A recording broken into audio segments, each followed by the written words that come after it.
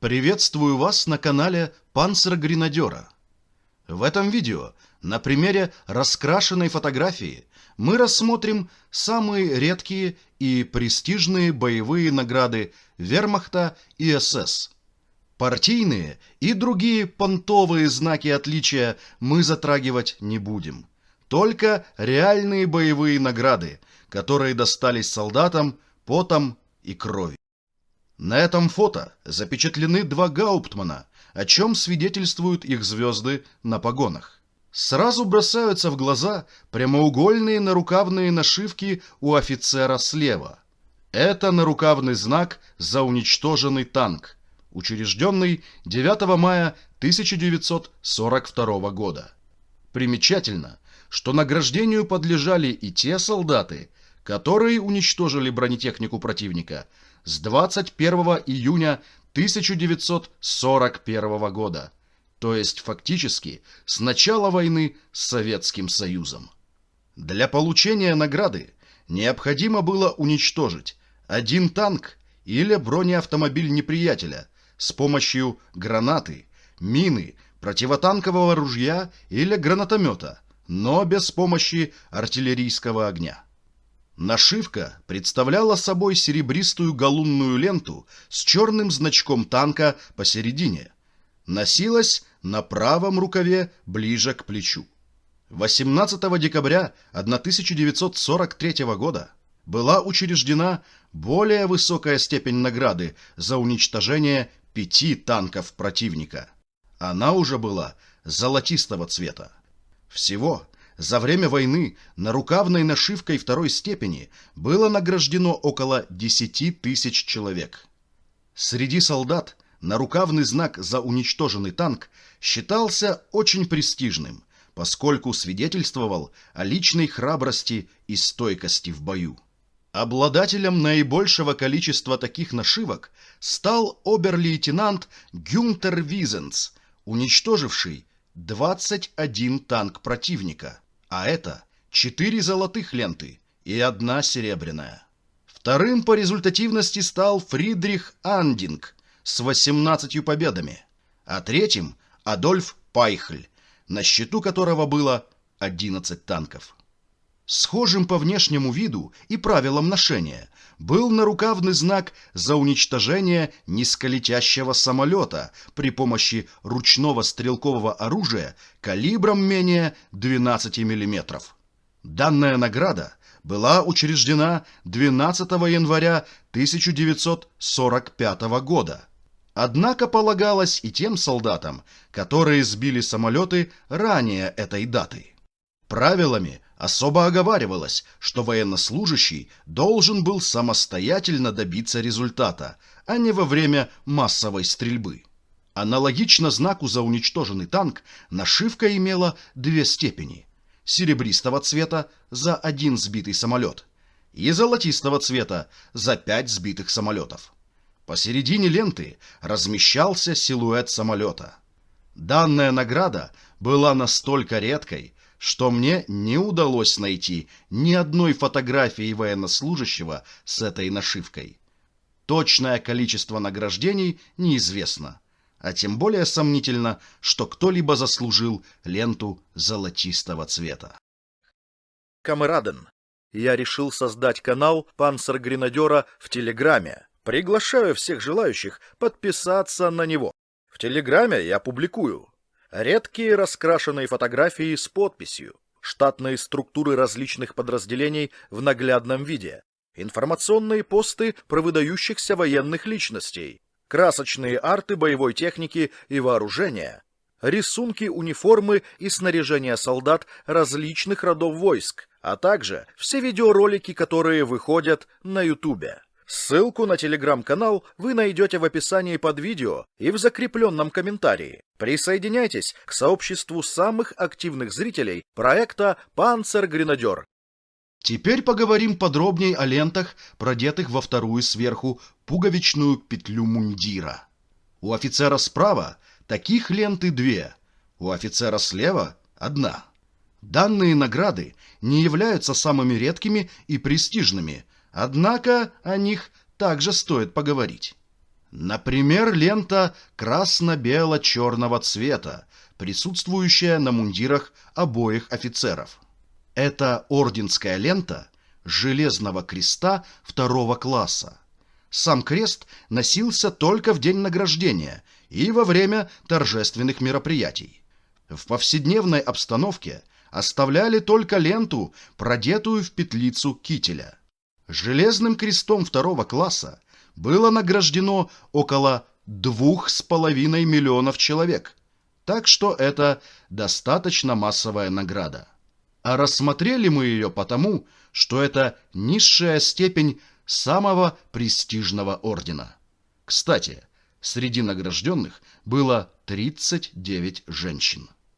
Другая лента красного цвета с бело-черной полосой посередине – это медаль за зимнюю кампанию на Востоке 1941-42 года, которая в повседневной обстановке также не носилась. Хотя число награждений превышало 3 миллиона, медаль все равно ценилась среди солдат. Она говорила о том, что военнослужащий прошел ад Восточного фронта во время самых суровых климатических условий, когда температура опускалась до минус 40 градусов Цельсия. Неудивительно, что многие солдаты получали эту медаль не за участие в боевых действиях, а за серьезные обморожения. Они даже придумали ей меткое название «мороженое мясо». Хотя по правилам ношения лента за зимнюю кампанию на Востоке должна была размещаться ниже ленты Железного Креста второго класса, многие военнослужащие предпочитали ее крепить выше, на более видном месте. Таким образом, они признавали более высокую ценность награды. Обратите внимание на нагрудный карман офицера справа. На нем по центру красуется Железный Крест первого класса. Данная награда вручалась в том случае, если военнослужащий отличился по крайней мере втрое больше, чем требовалось для награждения Железным Крестом второго класса. Если солдат не был награжден более ранней степенью ордена, оба креста могли вручаться одновременно. Железный крест первого класса внешне очень похож на крест второго класса, однако с реверса он был плоским и не имел сверху кольца для ленты. Обычно орден крепился булавкой, но иногда использовалось и винтовое крепление. Данная награда также не является редкой, так как ее вручали около 300 тысяч раз. Однако следующая ее степень ценилась уже очень высоко.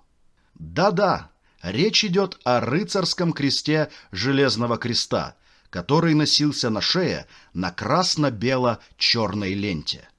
Внешне он был похож на две предыдущие степени, но имел немного большие размеры и обязательно окантовывался серебром. На фотографии оба офицера являются обладателями этой престижной награды. Всего за годы войны рыцарским крестом было награждено 7361 человек, в том числе 43 иностранца. Женщин в числе кавалеров не было. Осмелюсь сопоставить данный орден по степени престижности и почета со звездой Героя Советского Союза в Красной Армии. Для справки, золотую звезду вручали 12 777 раз, так что рыцарский крест действительно можно было заслужить только потом и кровью. Для его получения необходимо было проявить особую храбрость в бою или выдающиеся успехи в руководстве войсками. Для летчиков требовалось накопить в разные периоды войны от 20 до 40 баллов, которые присваивались в зависимости от типа сбитого самолета. Например, за поврежденный одномоторный самолет давали полбалла, за истребитель 1 балл, за двухмоторный самолет 2 балла, за четырехмоторный бомбардировщик 3 балла. Рыцарский крест Железного Креста был учрежден лично Гитлером 1 сентября 1939 года, то есть как раз в день начала Второй мировой войны. Награждение орденом происходило в очень торжественной обстановке из рук высших командиров или знаменитых героев войны. Например, на фото Ганс Ульрих Рудель вручает рыцарский крест лейтенанту Гельмуту Фикелю. Обязательным условием получения награды было наличие железного креста первого класса. Интересный факт. Многие немецкие военнослужащие, боясь потерять рыцарский крест в полевых условиях, носили вместо него на шее железный крест второго класса, который имел ушко сверху. Теперь обратите внимание на нагрудный карман офицера справа. Там красуется орден немецкого креста с большой свастикой по центру. Эта награда была самостоятельной, однако для ее получения необходимо было иметь железный крест первого класса или крест за военные заслуги первого класса. Орден немецкого креста был введен 28 сентября 1941 года по причине необходимости заполнить большой промежуток по наградному критерию между железным крестом первого класса и рыцарским крестом. То есть его вручали тем военнослужащим, которые отличились большой храбростью, но их поступка было недостаточно для награждения рыцарским крестом. Орден имел две степени. В серебре – за успехи в командовании без личного участия в боевых действиях, и в золоте – за проявленную храбрость перед лицом врага на поле боя. Из-за многокомпонентной конструкции немецкий крест был самой сложной наградой в производстве. Орден также был громоздким и тяжелым, что сильно мешало танкистам и летчикам во время боя. Поэтому была разработана тканевая версия, вышивавшаяся на суконной подложке в форме восьмиугольной звезды. Однако она выглядела настолько уродливо, что солдаты прозвали ее «яичницей Гитлера». Всего за время Второй мировой войны было произведено около 24 тысяч награждений золотым немецким крестом и 1114 серебряным. Получается, что вторая степень ордена была гораздо более редкой, чем рыцарский крест. В ходе западной кампании 1940 года возникла необходимость в введении новой, более высокой степени рыцарского креста Железного креста для награждения особо отличившихся генералов и солдат. Так, 3 июня были учреждены дубовые листья, которые представляли собой серебряный знак из 3 листков без желудей. Они крепились выше рыцарского креста, в месте, где находилась петля для ленты. Для награждения дубовыми листьями военнослужащий обязательно должен был иметь рыцарский крест и после этого совершить героический поступок или проявить выдающиеся успехи в командовании войсками. Первым обладателем награды стал генерал-лейтенант Эдуард Дитель за взятие норвежского Нарвика. Всего дубовыми листьями было награждено 890 человек, в том числе 9 иностранцев. Среди обладателей ордена самыми известными личностями были второй по результативности танковый ас Отто Кариус, отец бронетанковых войск Германии Гейнц Гудериан, главнокомандующий военно-морским флотом Карл Дёнец и плененный в Сталинграде фельдмаршал Фридрих Паулюс. Следующая степень рыцарского креста была учреждена Гитлером 15 июня 1941 года, поскольку после нападения на Советский Союз возникла необходимость дальнейшего поощрения особо отличившихся летчиков и генералов. К ордену, помимо серебряных дубовых листьев, добавлялись скрещенные под углом 40 градусов мечи. Критерии для награждения остались неизменными, но содержали более высокие требования. Первым кавалером рыцарского креста с дубовыми листьями и мечами стал ас Люфтваффе Адольф Галланд сбивший к тому моменту 69 вражеских самолетов. Всего за годы войны к награде было представлено 160 человек, включая одного иностранца, главнокомандующего военно-морским флотом Японии Ямамото Исороку. Хозяин Тихого океана был награжден мечами посмертно.